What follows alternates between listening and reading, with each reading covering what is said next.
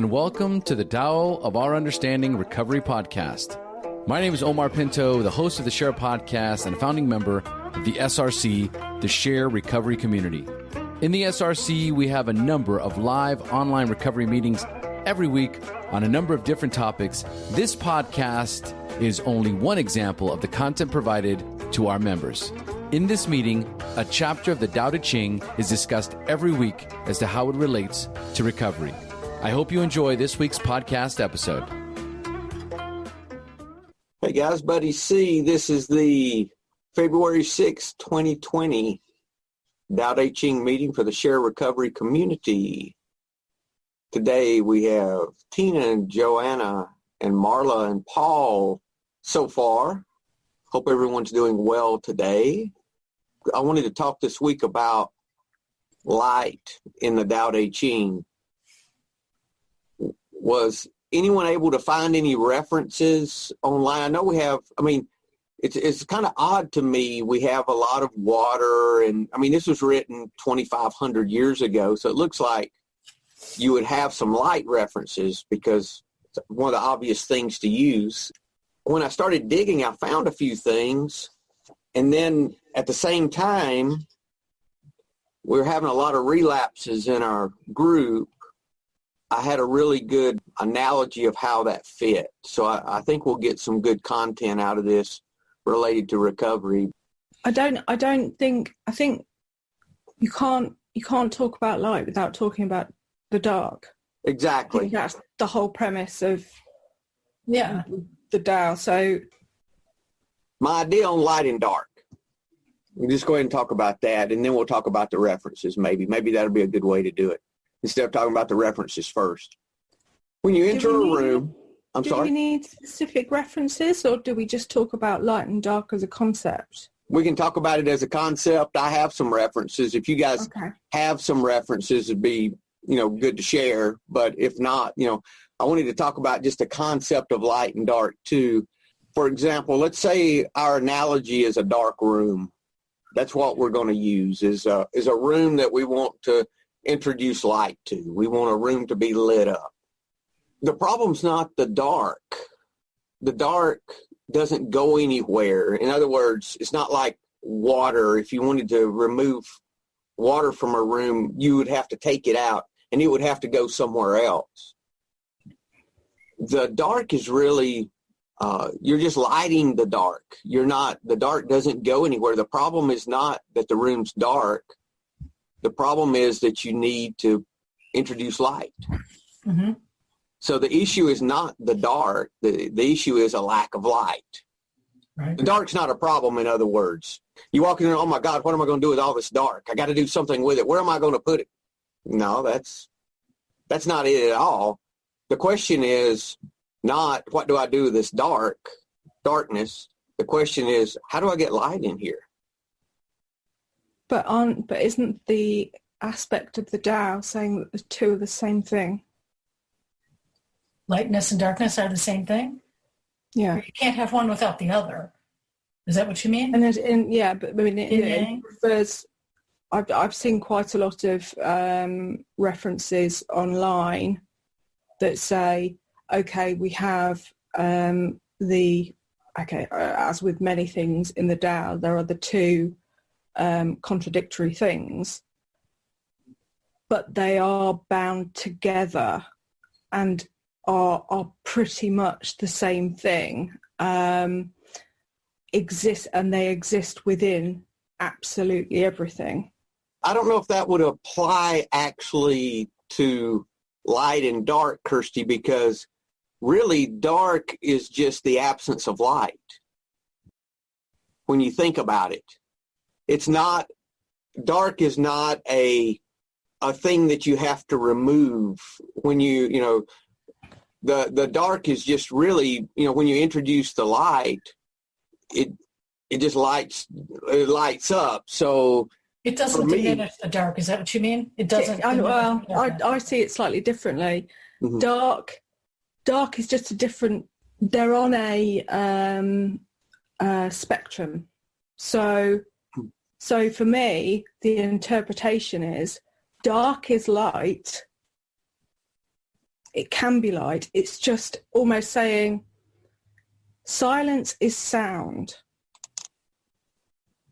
but the waves are so long that you can't hear it. Dark is light, but the waves are so long you can't see it. And so being in a dark room, you could, and I'm trying to think about it in a Taoist way. Being in a dark room, you're still in the light. It's just that those light waves are so long, long, that you perceive it as dark. Mm-hmm. Okay, let's go with that. Let's go with that. And on that as well, darkness absorbs light. So like the color black absorbs all of the different colors. Yes. So you cannot see the colors. Is that kind of what you were saying? Yeah. But is not black just the absence of light? Like when we're talking about dark and light, there's when you introduce the light into the room, the dark doesn't go anywhere. It just becomes light. You're introducing light into the room. So for this analogy, I'm wanting to think about how we light up a room. In the physical sense or in the... No, in the physical sense. And then we can think about it spiritually after that. But when we go into a room and the room is dark, the problem is not the fact that we have to get rid of the dark, okay? What we have to do is introduce light. So basically you're saying darkness is the absence of light. In that situation, I mean, that's our if we're looking at solving the problem of needing to light up the room, what we have to do is introduce light into the room. And there's a lot of different ways we can do that. If it's light outside, we can, pull the blinds back on a window, blinds up, or a curtain, or, something of that nature. We don't walk in the room and say, oh my God, this room is so dark, I don't know what I'm going to do with it. No, you just turn on the light. You get light in, And I mean, it sounds so ridiculous, but it's going to make sense when we go to the spiritual side of that. Then let's say, oh, well, we may need 2 or 3 sources of light. One source may not be enough. Then we have to bring in, it may be a bulb that's blown that we've got to replace. Who knows? Whatever the fact is, we've just got to look at how we can get light into this room. There's a lot of Taoist texts that talk about light and what light's related to that we can apply to spiritual terms too. This is from the 22nd chapter. Because she isn't self-centered, people can see the light in her. That she does not show off, not focused on herself, therefore she shines. Or this one from the 24th. Those who try to outshine others dim their own light. Okay. Or this one from the 27th. She is there to help all creation and doesn't abandon even the smallest creature. This is called embracing the light. Anyone else have some quotes? Those are just concepts and metaphors. Whereas if you just went from talking about the physicality of lighting up a room to something, the spiritual side of it, which is conceptual, really, I guess. And it works the same way, though. Does Our problem, yes, I believe it does for me. The problem, let's say I have something in my life, some negativity in my life. The problem is not, for me, I found out the problem was not the negativity. The problem was a lack of light. The problem was a lack of love, a lack of, I needed to introduce more of God, so to speak, into that area of my life. And whatever the darkness was in my life just went away. That's how recovery worked for me. That's a where I think I differ with your interpretation is that it's not about introducing. It's this the concept of introducing light to a room, for me, is not in line with the Taoist view of light and dark. Because say, for example, where you discuss negativity and introducing the positivity is already there. Your positivity is already there. We all have within us the happiness and unhappiness, all these paradoxes that we have within the Tao. They are all there existing at the same time. So if you have something negative happen in recovery, the positive exists as well. And it's difficult to articulate how you then switch from one to the other, because that's what we do in recovery. But in relating it to the Tao says that all of these things exist together. And so in a dark room, the light is there as well. We don't have to introduce it. We don't have to turn on a bulb. We don't have to. It's about. Okay, so how do we? So, Marla, I have one little wrench to throw in there. In yoga, and this relates to all philosophies, there's a word called avidya, and avidya means ignorance. Ignorance meaning not wanting to know. It's not just being stupid, it means not wanting to know, meaning not wanting to know that there's light, not knowing there's light. And one of the things that, which carry on. A lot of people in early, or who are still using, aren't willing to look at the light, or just not wanting to, or not knowing that there is light. And actually, that's what I read. That's part of what I fell upon that kind of turned the way I thought about it to a slightly different interpretation, because it was saying within us we have dark and light. It's just the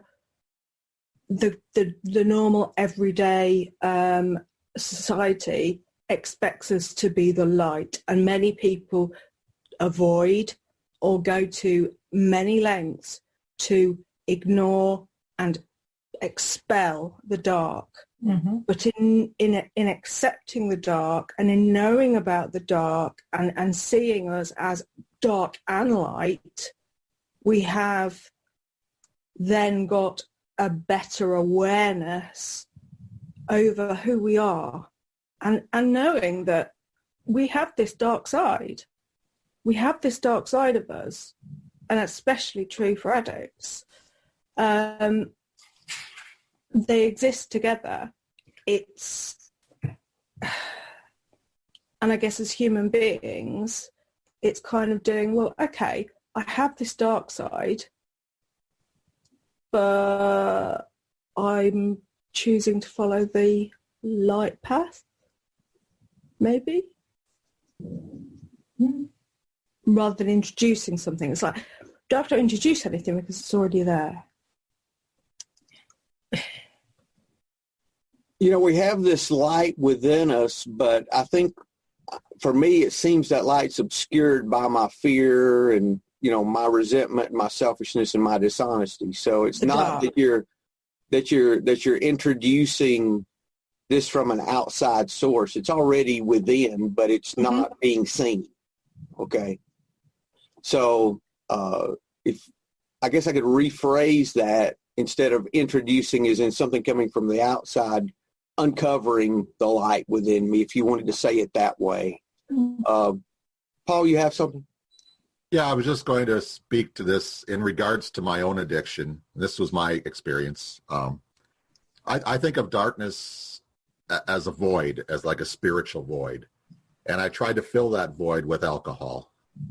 I tried that for years and years and years, and I thought it worked, but in the end, of course, we find out it doesn't work. And I had to literally look for that light within because it wasn't apparent to me at the time, and I'm still discovering it. It's an evolutionary process in my case. I'm discovering it all the time. So I do agree with Kirsty that we all have the dark and light within us, but it's where we choose to focus our attention and our energy. At least in my case, that's been the case. I have a quote that says exactly that. May I? Sure. All right. I think this is Wayne Dyer. Not only do you become what you think about, but the world also becomes what you think about. Those who think that the world is a dark place are blind to the light that might illuminate their lives. Those who see the light of the world view the dark spots as merely potential light. And the other one, I suggest that you view yourself, this is Wayne Dyer, I suggest that you view yourself as a being of light, a fast-moving energy system that has the capacity to make darkness disappear. You are the carrier of this light. You radiate this light wherever you go, and you're able to help yourself and others triumph over darkness. In addition to thinking of light as a fast-moving energy vibration, I would like you to consider light as an attitude. That is, you can choose to either think light or think dark.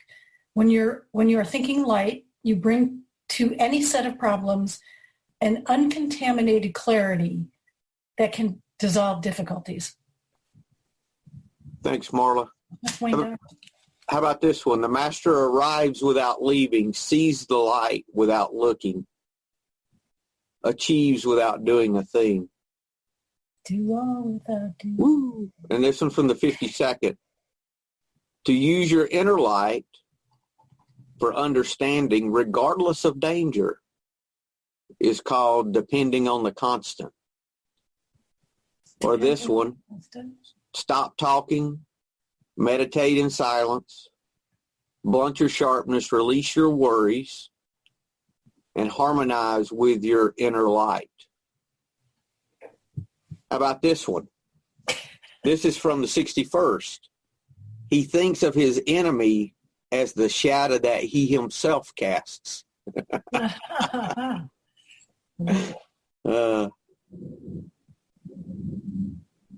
This idea, for me, when I came into recovery, what I finally had to realize was my problem was not what I perceived to be the darkness.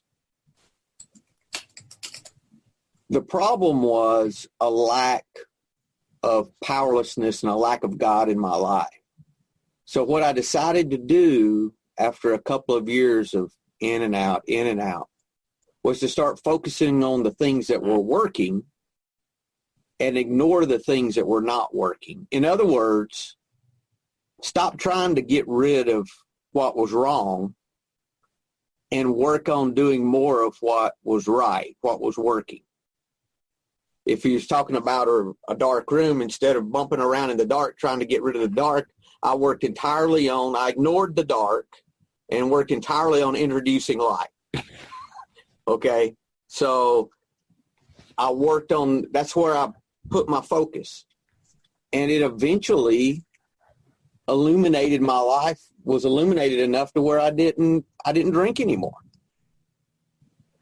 So that same idea of what it takes to light something is the same kind of idea I had to take in recovery, where I had to focus on the things that were working and keep working them, the things that introduced the light, the things that uncovered, Jan, hidden under the bushel. Yeah, exactly. Or the light on the hill cannot be hid. All of those light references that we find in spiritual disciplines. The burning same kind of thing. The burning bush. Yeah, same kind of thing.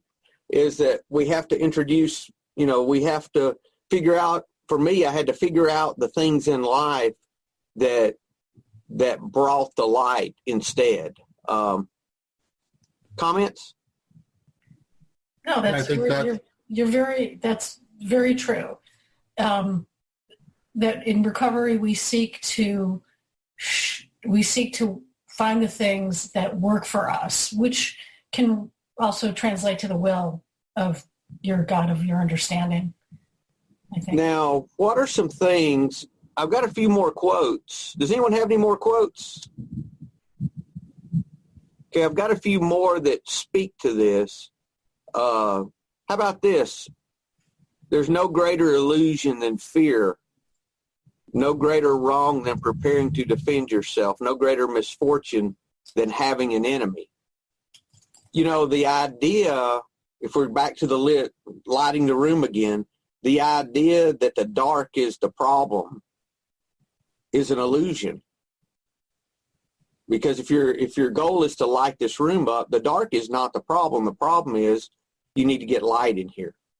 I know that's very simple, not a scientific kind of thought process. But really that's the case. Is fear not the same kind of thing? Darkness. Our fear is an illusion.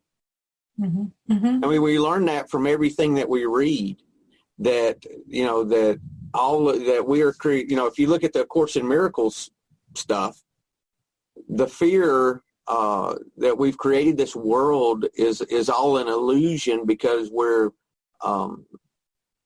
ignoring the love that's within us that can bring our perception of the world to a better place. So it's more of the same of introducing the light, introducing the love into whatever it is we're talking about. And when we do that, the fear, the dark, whatever it is, that side just goes away on its own. Comments?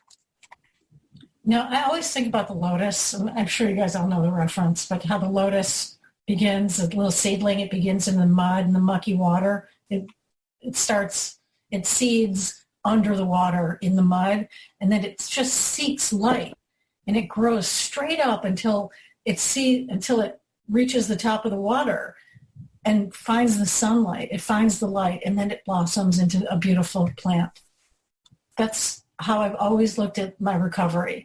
Is I started in the darkness, I'm going to seek the light, and I'm going to rise to the occasion and maybe come out somewhat beautiful.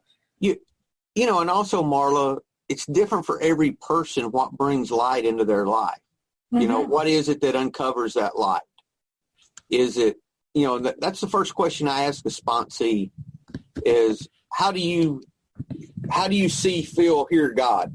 What is it that encourages you? And some of them it's a meeting, some of them it's church, some meditation they do, whatever it is. And I tell them, I said, that's what you need to make sure you're doing every day, whatever it is that's speaking to you.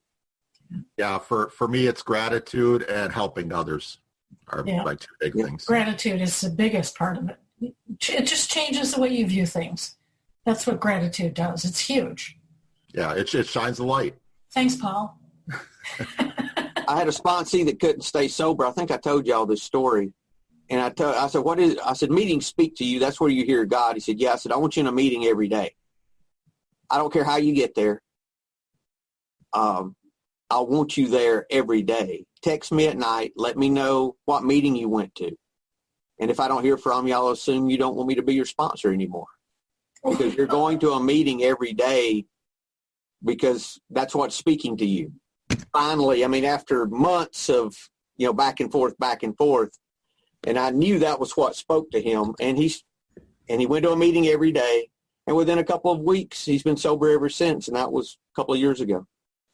So we've got to keep introducing this light, whatever how that is that it works for you. Think about this. This is page 84, Paul. Page 84. Page 84. Continue to watch for selfishness, dishonesty, resentment, and fear. When these crop up, we ask God at once to remove them, discuss them with someone immediately, make amends quickly if we've harmed anyone, then resolutely turn our thoughts to someone we can help.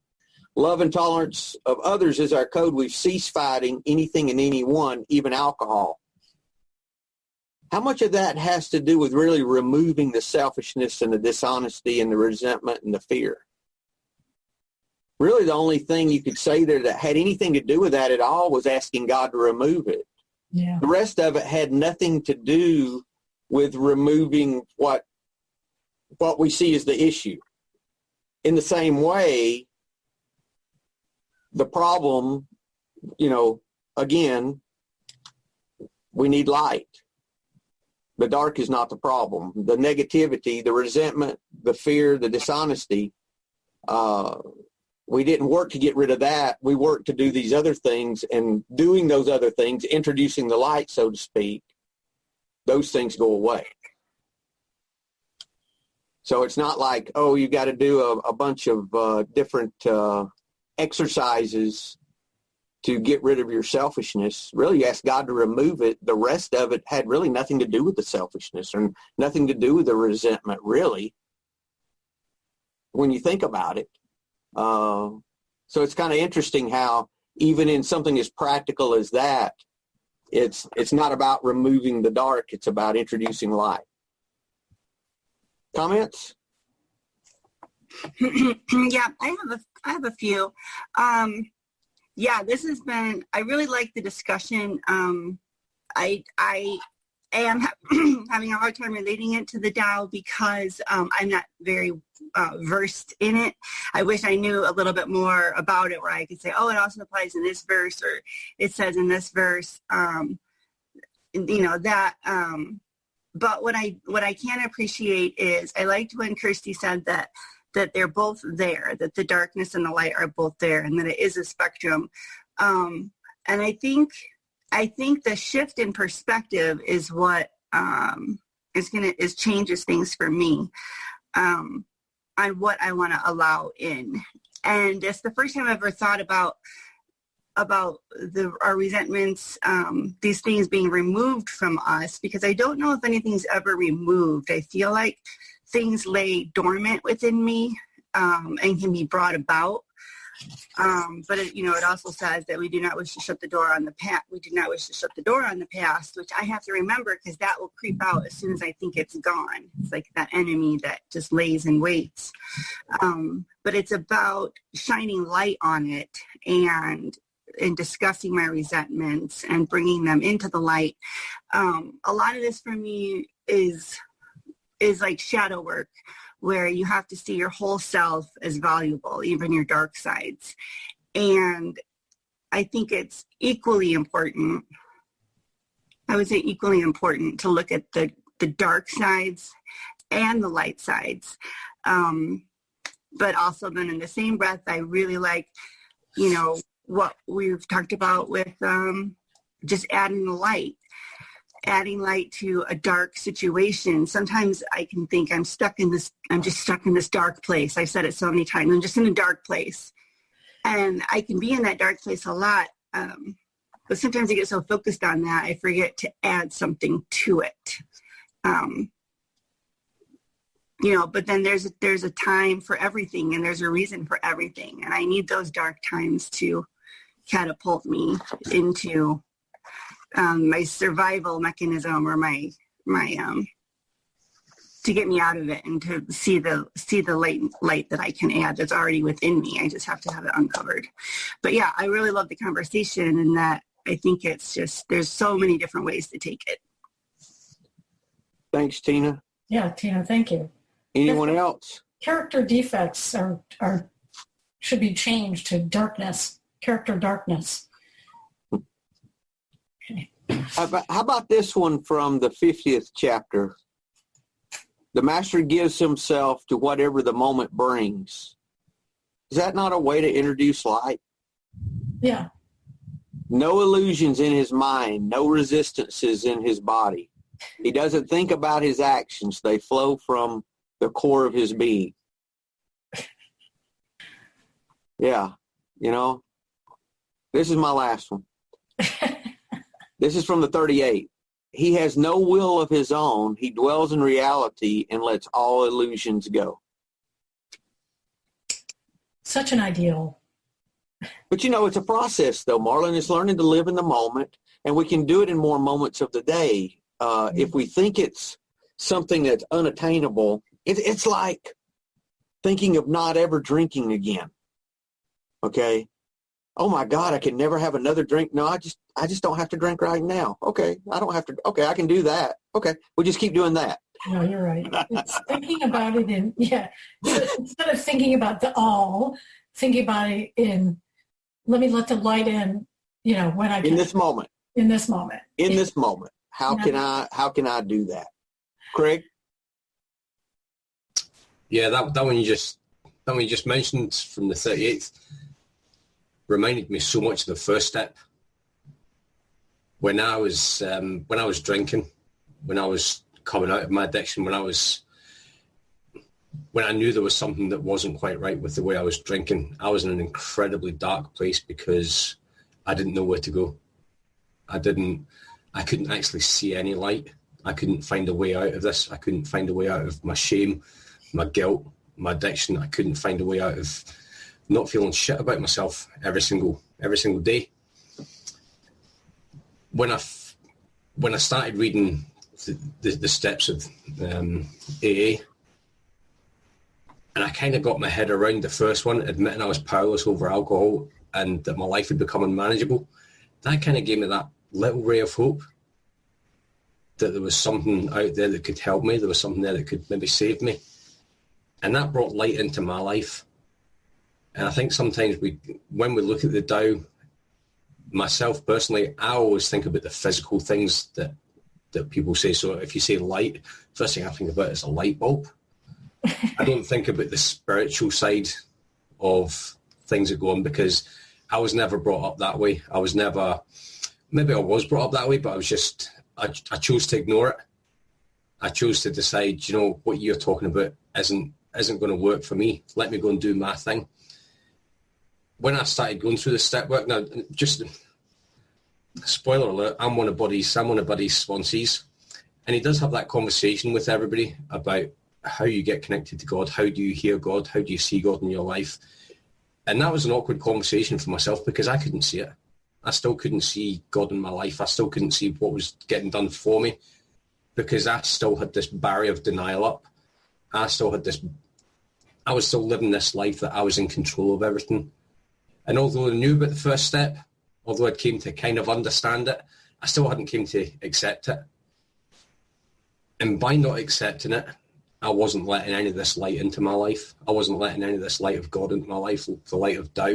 This is how I ended up in the Tao meetings or in the studying the Tao. For a while, I had to believe that Buddy believed. I had to believe that somebody else believed in a power greater than myself. I had to believe that somebody else believed that I could get this for myself as well. And a lot of the time I was talking myself out of things rather than talking myself into it. I wasn't convinced myself that this is for me as well. I wasn't convinced that this could work for me because I had this inner dialogue saying this isn't going to work. You're just going to end up back to where you are. So believing in what we're doing lets that light in as well. Fear for me symbolizes darkness. Fear for me symbolizes just not being able to do anything good for myself. Yeah. And I've had to address that. And the way I've addressed that is by doing the flip side on it. I now look at the positives in things. Yes, things are going to go wrong. Life is going to throw things at us, but it's life. There's nothing we can do to avoid things that are going to go wrong. I think it's always important. I think it was Paul Paul mentions gratitude a couple of times a day. A couple of times a minute. An hour. But it's okay. It's good. It's been open-minded. It's been open-minded, and it's okay to believe that somebody believes. It's actually okay to listen to what somebody else is saying.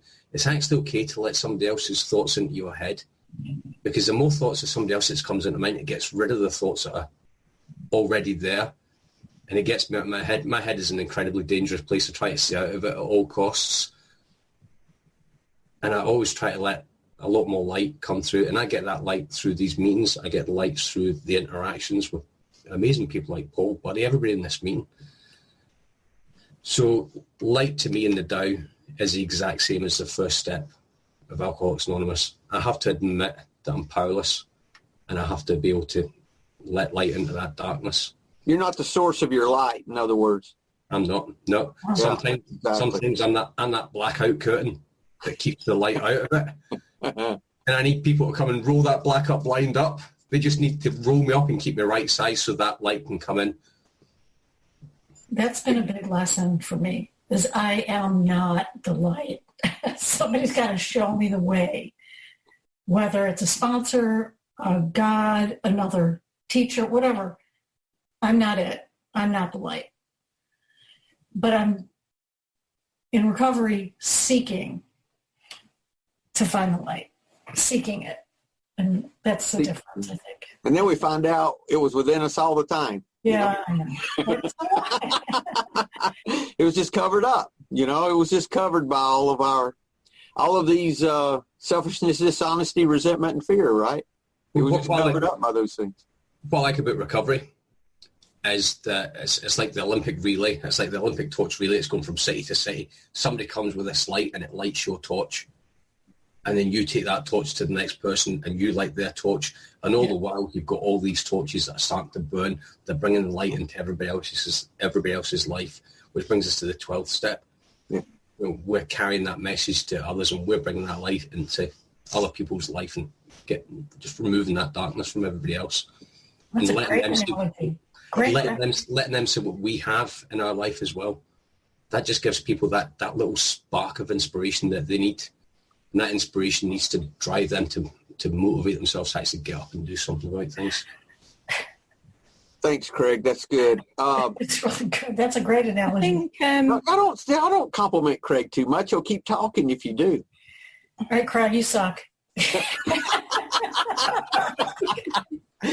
Go ahead, Kirsty. I'm sorry. Thank you. No, I was just going to say, God, I even had to look it up because I couldn't remember the wording, but the 7th step, when we want things to be, our shortcomings to be removed, that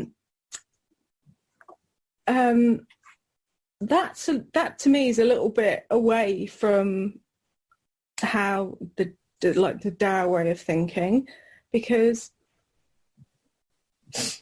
I guess I prefer to look at it this way.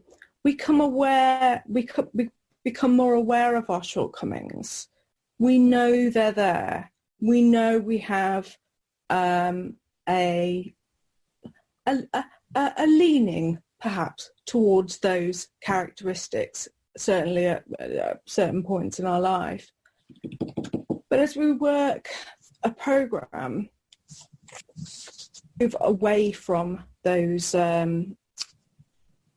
characteristics, and we think of them less and less, but they are still there because we can still go back to them. And so they're traits that are unfavorable, that do not serve us, and so we like to then go in the opposite direction. But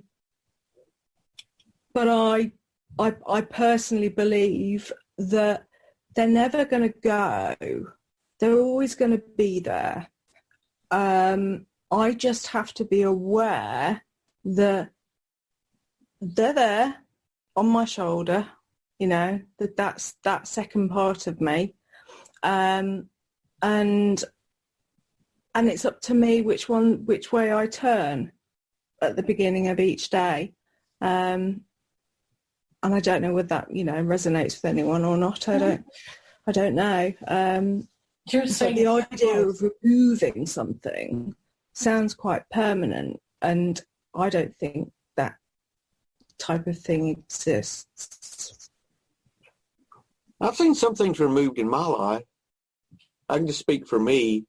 Not everything, of course, but I've seen some things removed for sure. With the time we have left, let's talk about how we introduce light in our own life. What's the things that we do? Now, from the quotes that I had, the ways that we saw from those quotes was that the master was not self-centered, helped all of creation, was aware of self, used their inner light for understanding regardless of danger, and had no will of their own, which lines up with all of the things that we talk about. So if we could just go around, and if each person that would like to discuss what they do to maintain their inner light, to keep how you want to say it, how they keep their connection.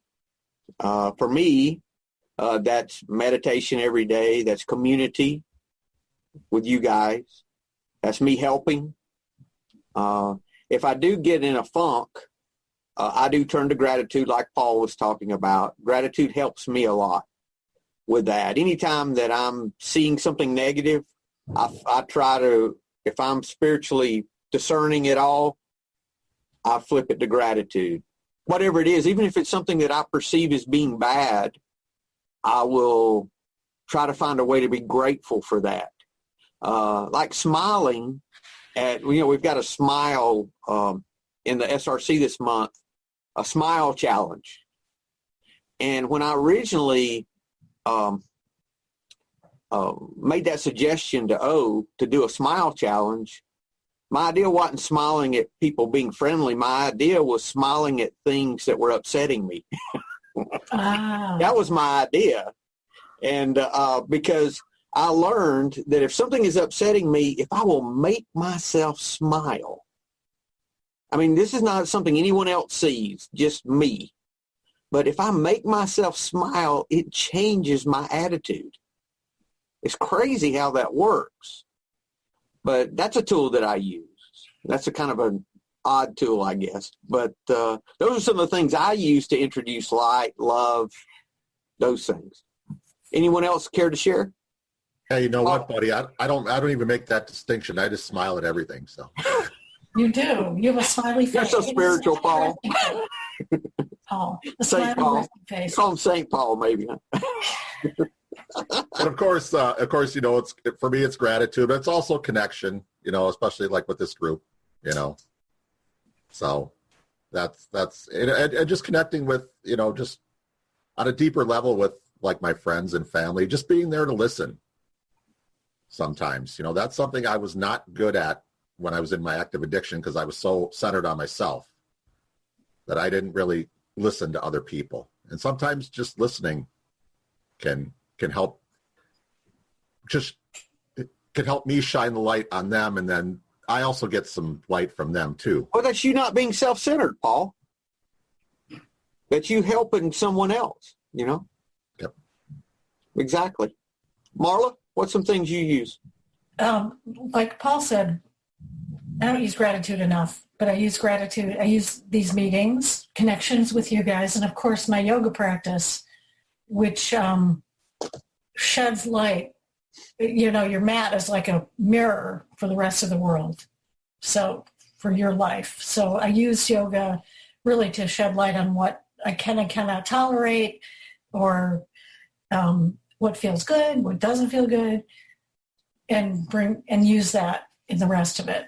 But I have to admit, my meditation practice has waned quite a bit, and I'm needing to get back to it. So. Thank you, Marla. Joanna, you have anything? Oh, let me unmute you. Hold on. You go ahead. She's not unmuted. I know, I'm trying. Hold on, Joanne. I can't unmute you. Oh, there you go. I could. I'm sorry, I don't. I'm just listening this morning. I'm not very familiar with the Tao. So I was trying to listen to see if I could get familiar. How about just in your spiritual walk? How do you connect with God every day? I pray every day. I pray throughout the day. Just little prayers, little being grateful to Him for all the good things. I'm very spiritual. Good. That's what we're talking about. We're talking about because the things that we see in the Tao, we see everywhere else too. We not only see the idea of this inner light that we letting our light shine, not only in the Tao, but we see it in recovery. We see it in Christianity. I know I do. See it in all these other practices because what we find out is all the same. You know, it's all the same. So, Yes. Thanks, Joanna. That's good. Kirsty? Am I unmuted? Yes. Gratitude, and first thing in the morning, first thing I do is connect with you guys, meetings, and whenever I interact with someone, however I'm feeling, do it with a smile, and I do it with kindness. Just so the paying it forward that we did in November or December, that's kind of my go-to now. So kind of when I was out this morning, just simple everyday interactions, more than just a transaction. It's a brief conversation. It's making a joke, and it's making people laugh, because smile, like you said, smiling, laughter just levitates. It can levitate you from a really horrible place to, perhaps changing someone's day. Thanks, Kirsty. That's affecting other people too, kind of putting other people and trying just to be, and I guess humility is a big part of it as well. Cool. Thanks, Kirsty. Craig? So I use prayer and meditation.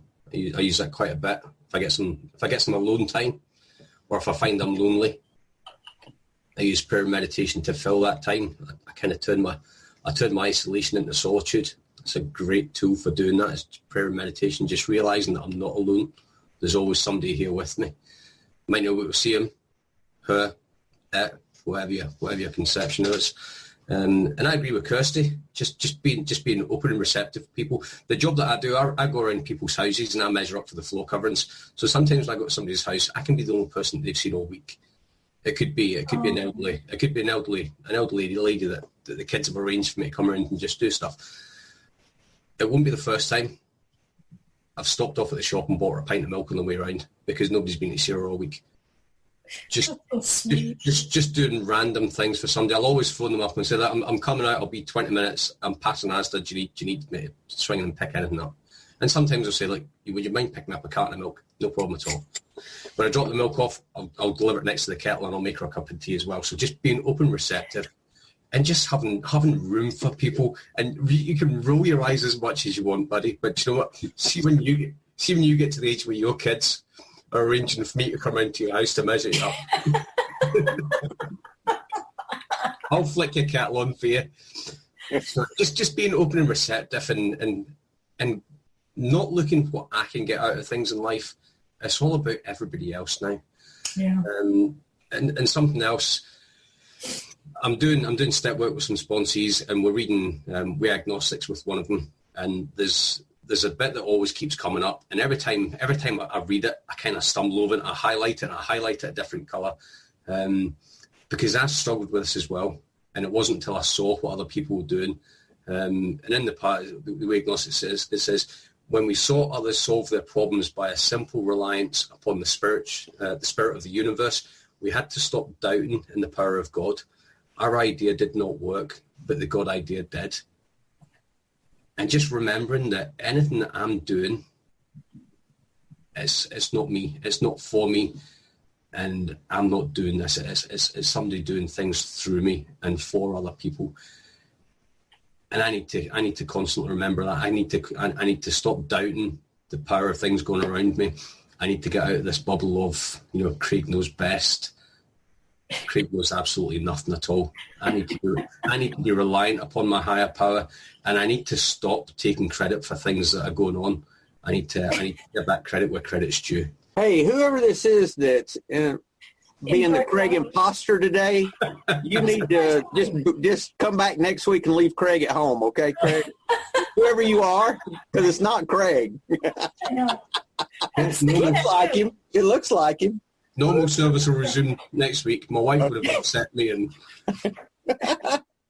Tina, you have something? Thanks, Craig. Hold on. Let me unmute you. Okay. Hold up. Okay. Thank you, Craig. Thank you for making a cup of tea for somebody. I think it's wonderful.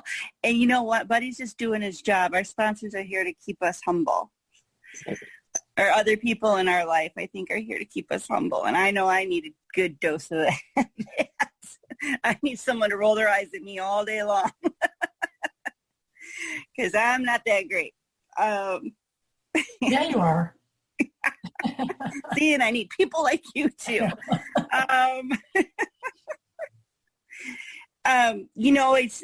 My thing is, I just realized that actually, buddy, when you asked the question, that where I get my light is from just living things, people, animals, and even I think, outside is where I really feel connection and light, but that's all living as well. And so I must connect with things that are just alive.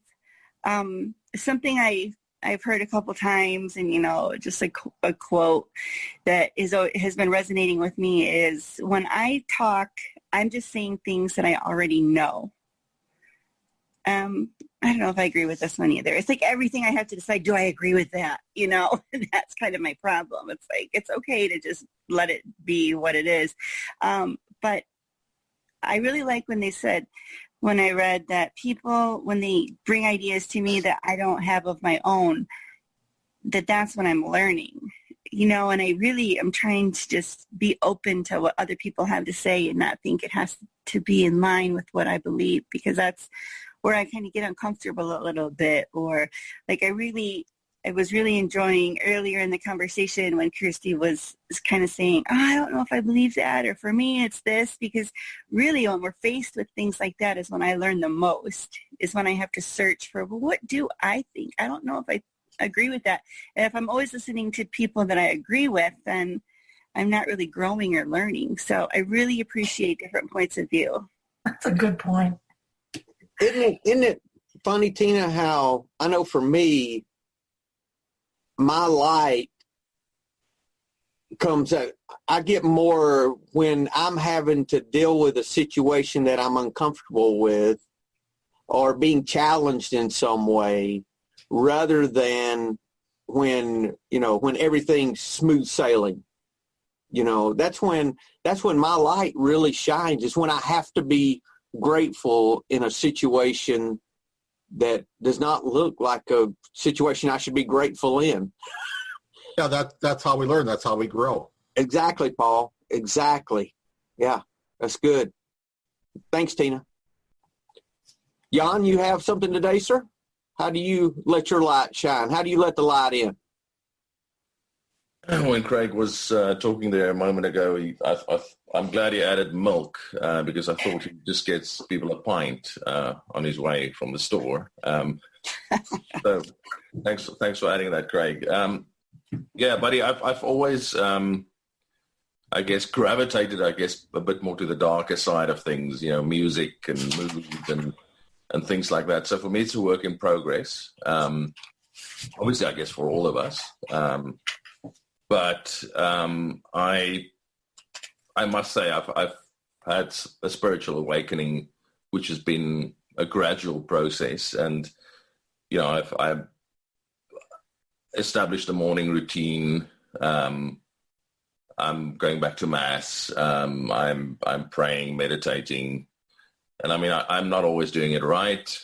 I realize it's a lot of it. What I'm learning here is a choice. And sometimes I choose to be in the darkness. So yeah, it's the things that I'm learning here is I'm adding to my toolbox. But yeah, it's up and down for me at the moment, which is also human. And I think also sometimes we need the darkness in a sense, not need, but the darkness is part of our humanity. Well, we were just saying that we learn when we have to deal with a perceived darkness. Yeah, that's when we learn, you know. So, but absolutely, I think the key thing for me would be, and I sound like Bilbo, for me, it's spiritual, as being spiritually grounded, and and I didn't realize that for such a long time in my life, I was just an empty vessel almost, and I don't know how I kind of survived mentally, and I think that was part of my depression, and part of my struggle has also been, you know, and one wants a silver bullet by taking medication and going to see a psychiatrist or whatever, but and that will probably always be part of me, but the spirituality and for me is I find that through, I guess, reconnecting with my Christianity, but moving away, I guess, from being a Protestant all my life, going into Catholicism, but also the Tao elements from Buddhism, you know, etc. There's a lot that you can take from all of this, but I need the spiritual connection, the spirituality, because I realize this is what I've been missing all along. But it's very, very early days. Got a lot to learn, and I'm just grateful for being part of this, and for being part of this journey. This amazing group. You know, we find new ways to introduce light too. You know, we find new ways to do that. Sometimes we can change. You know, sometimes we've got a very dim bulb, and we can change that out and get one a lot brighter. You know. I mean, that sounds so silly, but things like that. Quit stumbling around in the dark and say, oh, my God, what am I going to do? Well, just connect. Just do something. What are you going to do different? How are you going to try to get light in that you didn't try before? What's a different way? Are you going to open a door now? Are you going to, you know, I mean, you know, that sounds so, you know, simple, but I see people in recovery all the time, especially in these groups. They come in and say, I don't know what I'm going to do. I'm drinking and I can't stop. I said, well, have you tried to meet? No, I'm not going to go to me. I said, okay. You know, I mean, all I know is what worked for me. You know, have you tried praying? I don't believe in God. Well, okay. I mean, another door shut, you know, another way you can't let light in, you know, and that's kind of my thinking on that is let's just do everything we can. Open all the doors, turn on all the lights, you know, pull all the curtains back. Just do everything we can possibly do that we see other people do and it works for them. Let's try it for ourselves and see, you know. Can't hurt, Craig. I tried everything apart from not drinking. That's my biggest downfall. I tried praying, I tried doing everything that everybody talks about, but I just, the one thing that I didn't think about was just don't drink. Oh, simple. And, you know what? So anybody that's out there, you know, if you're struggling with what to do, just don't pick up that first drink. Just don't drink. Find something to occupy your time with. I didn't think I could do that. I think I actually bought most of my stuff in a blackout. I wouldn't actually remember coming out of the shop with a case of beer under my arms. I'm like, wow, it's a miracle. How did that happen? But just my subconscious mind would just automatically take me into the shop, take me to the beer aisle and buy stuff. And I think, well, you know what? Right, here's what I'm going to do. I'm going to go to work and I'm not going to take my wallet. That way I can't go and buy stuff. I'm going to go for a walk and I'm not going to take my wallet. So that way I can't take my wife. I'm away for a nice sober walk and come back with a case of beer. Just don't drink. But you know what? It's a struggle. I make light of it, but it really is a struggle. It's hard. But you know, I've heard it said if you spend your time doing the do's, you won't have time to do the don'ts. And it's kind of the same kind of thinking that our problem, I found out, you know, alcohol is a symptom, right? So I had to get down to the causes and conditions. So if I started doing the right things, alcohol was no longer a problem for me. And that really was the case. Kirsty, I want to have a conversation sometime about the yin and yang and all of that. I've got a little different idea on, you know, because, you know, you get some ideas on that, you know, that you've got, you know, an equal amount of this and that and the whole thing. And I don't know. I've been talking to my guy on Wednesday a lot about this. And so maybe sometime in the future we can, I don't know if it's good for a podcast, but let's talk about that, because I don't think it's as cut and dry as what I see a lot out there, that, there's an equal amount of this, an equal amount, all of that. I think it's a little different than that in my thinking. But anyway, let's talk about that sometime. I want to. Any other comments, guys? Everyone good?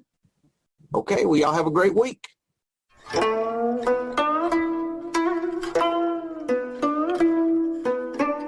Thank you for listening to the Tao of Our Understanding Recovery Podcast. For more information about the SRC, go to theshairpodcast.com. Shair is spelled SHAIR, and look for the Shair Recovery Community link.